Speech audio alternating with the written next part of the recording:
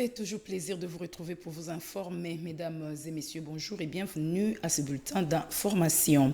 Clôture des dépôts des candidatures pour l'élection du bureau définitif de l'Assemblée nationale. C'était hier mardi. Plusieurs candidats ont déposé leur dossier à l'instar de Vital Kamere, Christophe Mbosso et Constant Moutamba. Rachel Adassaliwala nous en dit plus. Quelques candidats qui ont déposé leur candidature pour l'élection du bureau définitif de l'Assemblée nationale. Il s'agit de Vital Kamere au poste du président. Il promet, une fois à la tête, de faire jouer à l'Assemblée nationale son rôle de porteuse des desiderata de la population, mais aussi à être réellement le lieu où régnera la démocratie. Au poste du premier vice-président, Jean-Claude Chilumba de l'UDP Tshisekedi, sa candidature est déposée par Augustin Kabouya. Pour les postes du deuxième vice-président, il y a Antipas Mboussanyamouissi, Christophe Mbossonkoudia. Au poste de questeur, Dédé Moupassa A24, Trésor Loutala UDPS Kibassa, John Banza Mosaïque UDPS, Serge Bahati FDCA. Pour le poste de questeur adjoint, Eshiba Patrick et Bemba Caroline. Pour les postes du rapporteur, Jacques Njoli, Dominique Mounungo de Ensemble pour la République et Constant Moutamba de Dipro vont se les disputer le poste du rapporteur adjoint, le seul pour l'opposition. Il s'y est de noter que l'élection du bureau définitif de la Chambre basse du Parlement interviendra ce samedi 18 mai 2024. Et vous le savez peut-être déjà, certaines candidatures des tickets proposées par les présidiums de l'Union sacrée pour la composition du bureau définitif de l'Assemblée nationale ne rencontrent pas l'assentiment de certains élus nationaux. Ces députés évoquent les népotismes, le clientélisme, le tribalisme et voire les mépris des autres provinces et forces politiques. Ils l'ont dit à travers une communication politique rendue publique les week-ends. Rachel Adassaliwala revient. La composition du bureau définitif de l'Assemblée nationale doit respecter les prescrits de la Constitution et du règlement intérieur de l'Assemblée nationale sur les principes de la représentation équitable des provinces de notre pays. Il est donc inacceptable qu'une province, une tribu ou un espace provincial occupe des postes au bureau, alors que d'autres sont absents. Conformément aux engagements du président de la République, son Excellence Félix Antoine Tshisekedi Tshilombo, ce mandat sera consacré à la lutte contre les antivaleurs. Les députés nationaux républicains ne peuvent accepter des candidatures teintées de népotisme. Tout en reconnaissant les principes de solidarité dans l'attribution des responsabilités, ceci demeure une exception car les règles et les poids politiques, résultat du vote populaire, critère démocratique par excellence. Par conséquent, les députés nationaux républicains demandent à l'autorité de référence de l'Union sacrée de rejeter la proposition faite par le Présidium et d'exiger la représentation équitable des provinces, le respect des poids politiques et de refuser tout népotisme.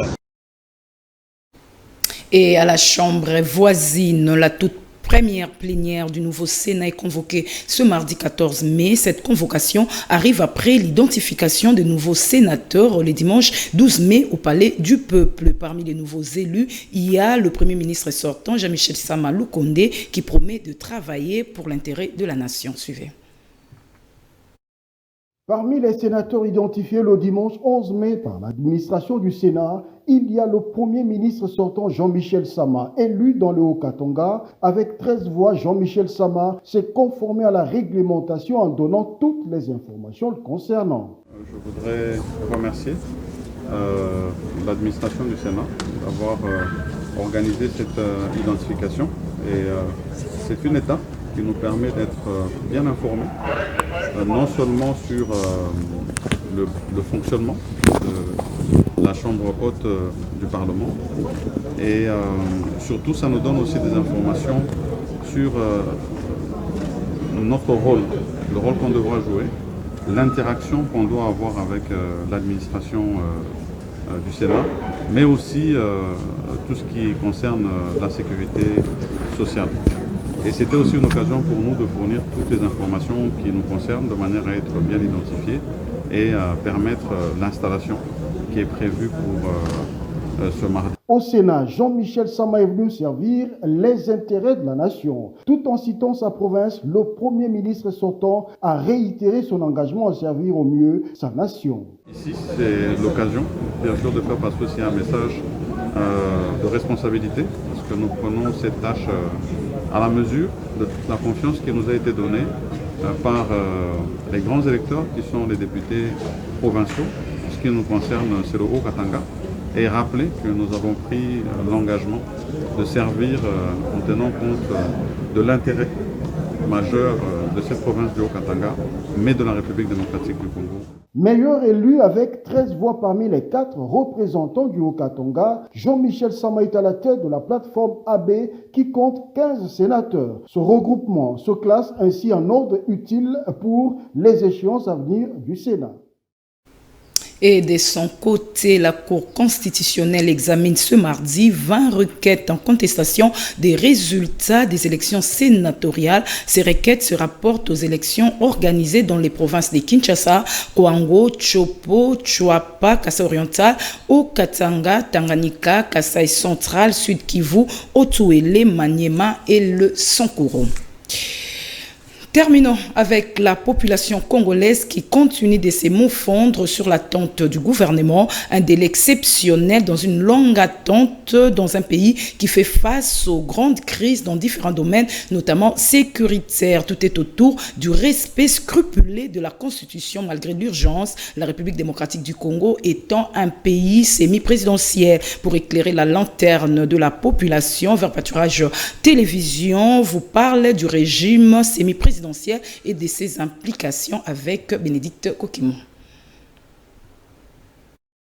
Plus de 4 mois depuis l'investiture du chef de l'État et 1 mois depuis la nomination d'une première ministre, les institutions ne sont pas toujours en marche. Les politiques prennent tout leur temps pour un bon partage de gâteaux. Le régime semi-présidentiel, contrairement au régime parlementaire et présidentiel, ne permet pas au chef de l'État d'avancer tant qu'il ne prend pas l'option de l'urgence et de s'imposer. En effet, le régime semi-présidentiel se caractérise par un pouvoir exécutif double, c'est-à-dire un président élu au suffrage universel et un premier ministre qui travaille de concert avec le pouvoir législatif. Si le président est bien évidemment seul à détenir et à déléguer le pouvoir de l'État, il est à noter que la nature, l'étendue et la durée de sa tâche dans le régime semi-présidentiel se veut l'équilibre de pouvoir avec un gouvernement responsable devant le Parlement. Sachez que si l'Assemblée nationale peut bloquer les projets et politiques du Premier ministre,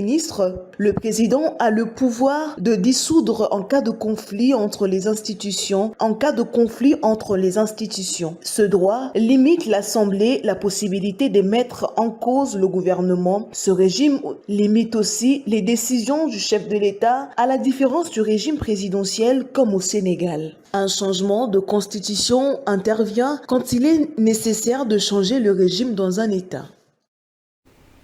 Voilà qui met fin à ces bulletins d'information. Mesdames et messieurs, merci de nous avoir suivis. Emeline Cambidio sera de votre à 19h30 pour la grande édition du journal. Moi, je vous retrouve demain. Au revoir et bon après-midi chez vous en compagnie de la télévision du Repos.